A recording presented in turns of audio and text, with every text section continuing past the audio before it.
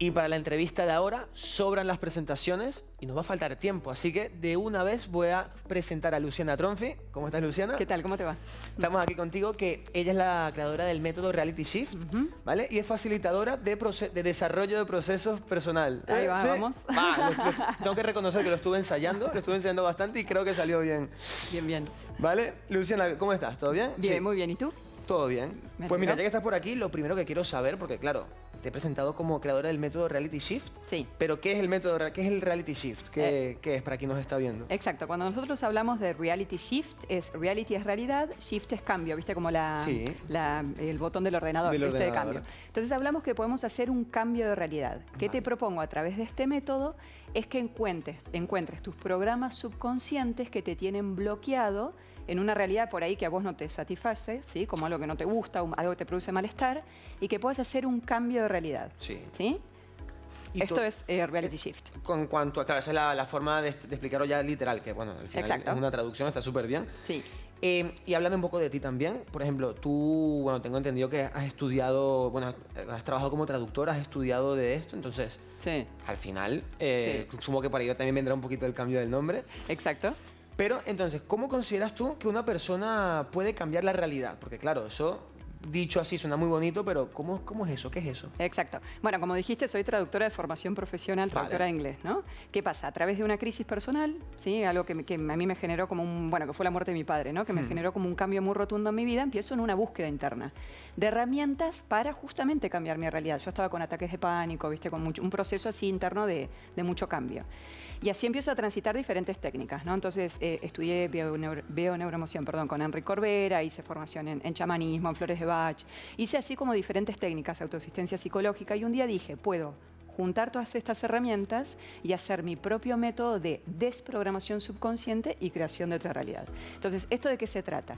De que nosotros tenemos programas subconscientes. Nosotros cuando somos niños somos como un ordenador en blanco, ¿no? Claro. Entonces se nos van instalando programaciones que fuesen diríamos como creencias en tu vida, ¿no? De lo que es el trabajo, lo que es la vida, lo que es tener una pareja, ¿sí? Entonces eso, cómo se instala en tu cerebro de todo lo que vas escuchando de alrededor de tus padres, de los maestros, de un niñito, viste, que es como una esponja, va recibiendo Va absorbiendo todo. Exacto, toda esa información. Entonces, hasta tus 7 años de edad, más o menos, sos programado. Y después vos empezás a vivir la vida acorde a esas creencias y programas subconscientes. Por ejemplo, si en tu casa siempre escuchabas, ganar el dinero es muy difícil, lo ganarás con sangre, sudor y lágrimas. Tú ya estás programado para atraer situaciones en la vida, en un trabajo, que te generen como un hastío, o el dinero va a ser ganado con mucho sacrificio, porque Claro. eso es lo que escuchaste de pequeño, ¿sí? Entonces, lo que propone este método es que puedas encontrar tus programas subconscientes que te bloquean a manifestar una realidad más armoniosa, porque todos queremos ser felices, ¿sí? Pues ya estamos muy programados. Bueno, ahí. No, está bien. Porque claro, porque es lo que tú dices, nos programamos, pero que claro, a veces vienes de gente muy cercana que obviamente no querrán hacer esa programación de forma errónea, porque por lo menos muchas veces esos comentarios del dinero es difícil de conseguir, el amor es... Ya es complicado, sí. Claro, Sí. suele venir a lo mejor de padres, de hermanos, familiares que obviamente no quieren hacer, no quieren implantarte en tu cerebro ese tipo de creencias, solo que lo hacen de forma inconsciente. Entonces, una vez que ya está programado eso, aunque se hace desde muy pequeño, claro, ¿cómo suele ser ese proceso de quitar esa programación subconsciente? Exacto. Bueno, como tú bien dices, esos padres también vienen programados, ¿sí? Hay como una catarata de creencias, y hasta que hay alguien que dice, no, pará, esta no es la vida que quiero, pone conciencia y ahí viene cómo uno se desprograma, ¿no? En principio es que detectes dónde hay un malestar, ¿sí? Muchas veces a la consulta la gente viene con un síntoma físico, ¿sí? Hay no sé, por ejemplo, una alergia que acarreo de toda mi vida, ¿no? Bueno, eso es una programación que está en tu cerebro. O bien, tengo una tristeza hace años y no sé por qué. A veces puede ser un síntoma emocional. Entonces, en principio es encontrar algo que te genere malestar, obviamente, Claro. ¿no? Y a partir de ahí empezamos con la autoindagación. Yo voy haciendo como preguntas, ¿no?, en la sesión, y vamos entrando en tu subconsciente a ver de dónde viene esa programación. ¿Cómo se instala esa programación en tu cerebro? A través de una emoción, ¿sí? El cerebro guarda lo que lo emociona. Entonces, de pequeñito, seguro cuando vos escuchaste algo en ese ambiente, hubo o un miedo o una tristeza, y ahí quedó la programación en el cerebro con neuronas que se van conectando, ¿no? Claro. Entonces, lo que buscamos es llegar hasta ese momento semilla, digamos, ¿no? De cuándo fue esa programación instalada en tu cerebro, encontrar la emoción y poder destrabarla, ¿no? Claro, exacto. Que no solamente tiene que ser o sea, a lo mejor a ti te vienen a consulta, te vienen a acudir a ti con algún dolor físico, alguna alergia, pero claro, eso a lo mejor detectas es una programación, pero a lo mejor la persona también tendrá otras cosas que a lo mejor no está tratando. Absolutamente, estamos programados un 95% a nivel subconsciente. 95%. Claro, es un montón. Tenemos solo un 5% de conciencia. Entonces, muchas veces la gente llega a la consulta, por ejemplo, he atendido parejas que no pueden tener hijos, ¿no? Entonces, claro, a mí la mujer me dice, pero es mi deseo más profundo tener un hijo, ¿cómo puede ser? Claro, desde tu 5%, tú quieres hacerlo, el 95% estás programada para que no. ¿Sí? Entonces ahí es donde tenemos que entrar.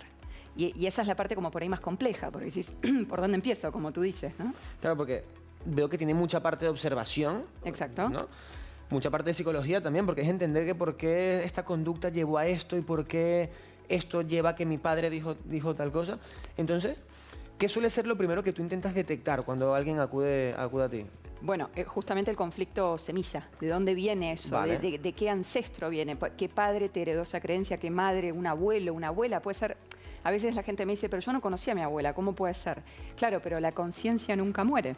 El inconsciente es atemporal. Entonces puede ser algo que te haya sucedido hace 30 años, ¿sí? O una abuela que no conociste. Pero la conciencia se va heredando de manera temporal, ¿sí?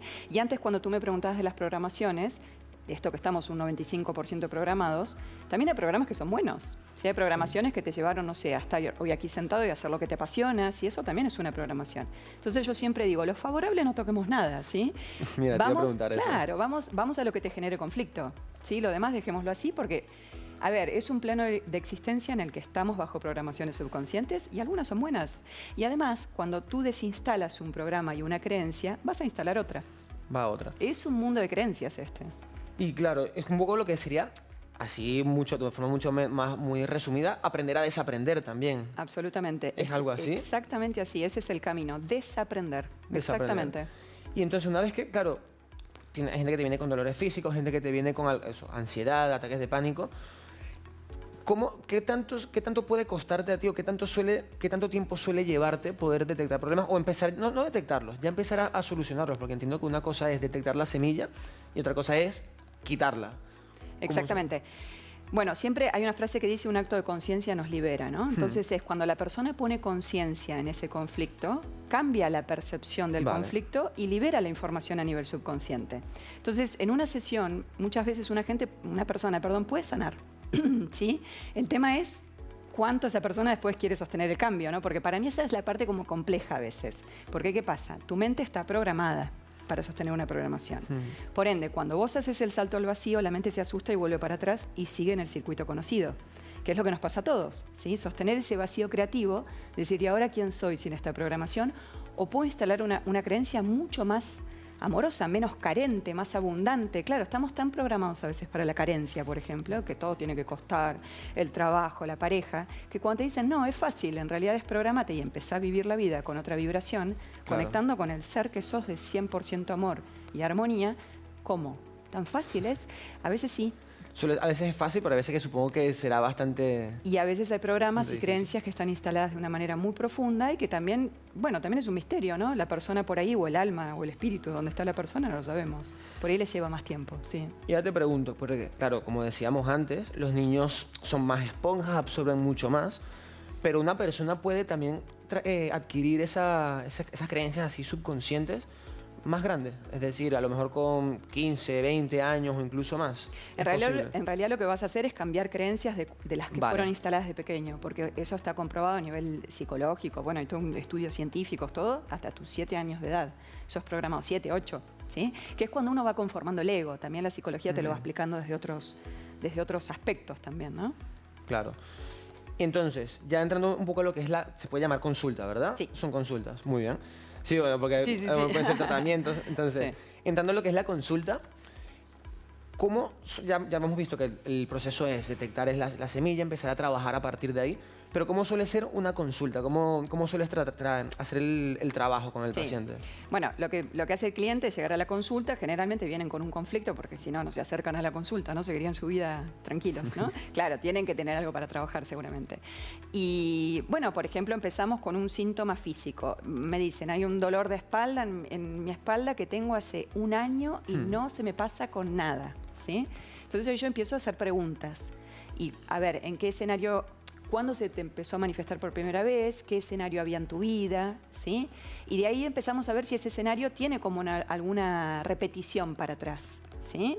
Que a veces los escenarios son diferentes, pero la emoción vivida es la misma, ¿sí? Claro. Entonces puede ser un escenario de estrés a nivel laboral, que en realidad lo que te genera es mucho miedo y mucha tensión de un escenario en tu infancia, a tus 6 años de edad, donde había mucho miedo y tensión, ¿sí? Porque muchas veces se dice que lo que no se resuelve en la familia se espeja en el trabajo. Mira, ¿sí? es verdad, eso lo he escuchado. Claro, entonces, bueno, a veces no, vas buscando para atrás, donde hay como esas réplicas, ¿sí? Hasta que llegas a un momento semilla. Y muchas veces ves a la persona que empieza como a transitar la emoción en la consulta, ¿sí? Mucha gente llora, o hay gente que empieza a sentirse enfadada. Entonces ahí es donde digo, bueno, acá hay una emocionalidad que se empezó a mover, nos quedamos un ratito ahí para que la persona lo pueda liberar, ¿sí? Y bueno, yo lo que suelo hacer después es dar ejercicios de soporte. A veces doy meditaciones o algunos ejercicios específicos que a mí se me vienen en la consulta, cartas de liberación pueden ser, ¿sí? O incluso hablar con esta persona que tuviste el conflicto para que el inconsciente libere esa información.